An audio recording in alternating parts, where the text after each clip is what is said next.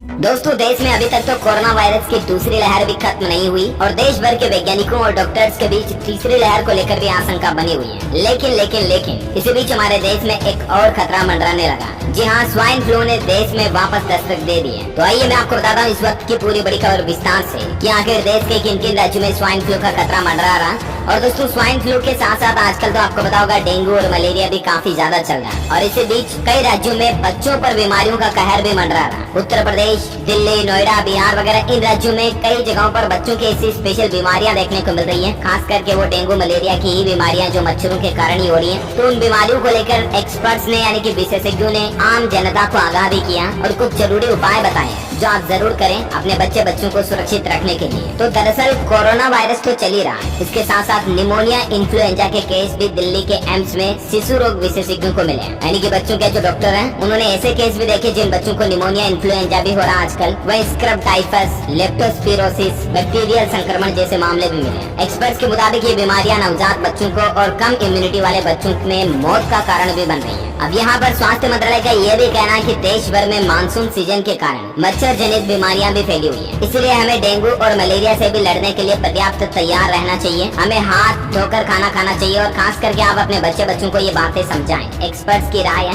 बच्चों को कभी भी बिना हाथ धोए खाना नहीं खिलाएं। मच्छरदानी का इस्तेमाल करें मच्छरों से बचने के लिए। मॉस्किटो रिपेलेंट वगैरह इंस्ट्रूमेंट्स भी आते हैं जो करंट में लगाने की, मच्छरों को भगाने की शीशी वगैरह आती है, Maxo, all out, good night. तो ऐसी किसी भी चीजों का इस्तेमाल करें आप दोस्तों कुल मिलाकर के और मच्छरों से बच कर रहें। अपने आसपास घर के आसपास नाली वगैरह है तो मच्छरों को वहाँ पनपने ना दे, इसके लिए आप दवा का छिड़काव करते रहे, नालियों को ढक कर रखें क्योंकि डेंगू भी एक खतरनाक बीमारी है। स्वास्थ्य मंत्रालय के मुताबिक फिरोजाबाद, मथुरा और आगरा जैसे जिलों में डेंगू के आउटब्रेक की खबरें आ गई, यानी कि डेंगू के मामले बहुत ज्यादा बढ़ने लगे। समझ रहे हो? वही दोस्तों, जैसा कि मैंने आपको खबर की शुरुआत में बताया था कि स्वाइन फ्लू जो है ना वो भी देश में वापस फैलने लग गया। ऐसे में किन किन राज्यों में स्वाइन फ्लू के मामले देखे गए हैं और स्वाइन फ्लू के लक्षण क्या है, क्या सिम्टम्स व्यक्ति में नजर आते हैं स्वाइन फ्लू होने के कारण और बचाव के क्या उपाय आप कर सकते हैं, इस पर भी मैं आपको कुछ इन्फॉर्मेशन दे देता हूँ। दरअसल स्वाइन फ्लू एक संक्रामक बीमारी है जो H1N1 वायरस की वजह से फैलता है। स्वाइन फ्लू से प्रभावित व्यक्ति में सामान्य मौसमी सर्दी जुकाम जैसे लक्षण होते हैं। हालांकि डॉक्टरों का कहना है कि लोगों को स्वाइन फ्लू से घबराने की जरूरत नहीं है क्योंकि इस संक्रमण से शुरुआत में ही अगर पता चल जाए तो बचाव संभव है, इसका इलाज भी मौजूद है। डॉक्टरों ने कहा कि अगर किसी व्यक्ति को स्वाइन फ्लू के लक्षण दिखते हैं तो समय पर उसको इलाज के लिए अस्पताल पहुंचना चाहिए। लक्षणों में खास रूप से बात करें तो लंबे समय से अगर आपको सर्दी, खांसी, जुकाम, बुखार रह रही है, गले में खराश आ रही है, सांस लेने में दिक्कत आ रही तो तुरंत आप डॉक्टर से संपर्क करें। शरीर में थकान महसूस होना, दर्द होना, ठंड लगना, पेट दर्द और कभी कभी उल्टी दस्त होने जैसी शिकायतें भी आपको स्वाइन फ्लू के सिम्टम्स में देखने को मिल सकती है। स्वाइन फ्लू का सबसे ज्यादा खतरा किसको होता है तो कम उम्र के जो व्यक्ति हैं, छोटे बच्चों में, गर्भवती महिलाओं में, इनमें स्वाइन फ्लू का वायरस तेजी से फैलता है। स्वाइन फ्लू एक दूसरे से कैसे में फैल सकता है तो स्वाइन फ्लू का संक्रमण रोगी की खांसने, छींकने से आदि से निकली हुई द्रव की बूंदों से हो सकता है। स्वाइन फ्लू का रोगी मुंह पर नाक या हाथ रखने के पश्चात जिस भी वस्तु को छूता है तो उससे भी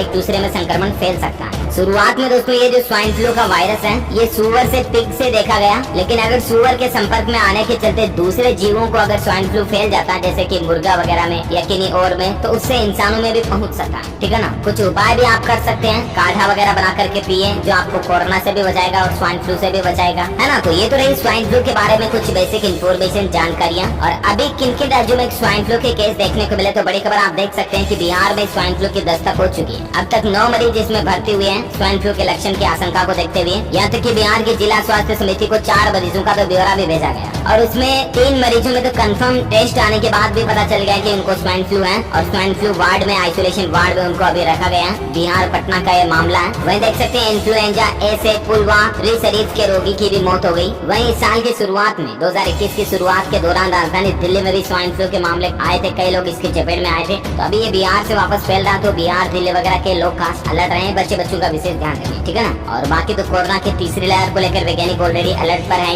कल ही भारत सरकार ने भी एक खास मीटिंग की कोरोना की तीसरी लहर को देखते हुए, उसमें भी कई सारे महत्वपूर्ण फैसले लिए। मैंने आपको DLS न्यूज चैनल पर टुडे पर भीड़ वाले इलाकों पर जाने से बचे, मास्क जरूर लगाएं, अपनी इम्यूनिटी को बूस्टअप करने जैसी डाइट रोजाना लेते रहें। बाकी ख्याल रखना अपने आप का, अपने परिवार का भी, बच्चों का भी। हमारी यही प्रार्थना है कि आप, आपका परिवार, देश, दुनिया हमेशा सुरक्षित रहे। ईश्वर से यही दुआ करते हैं और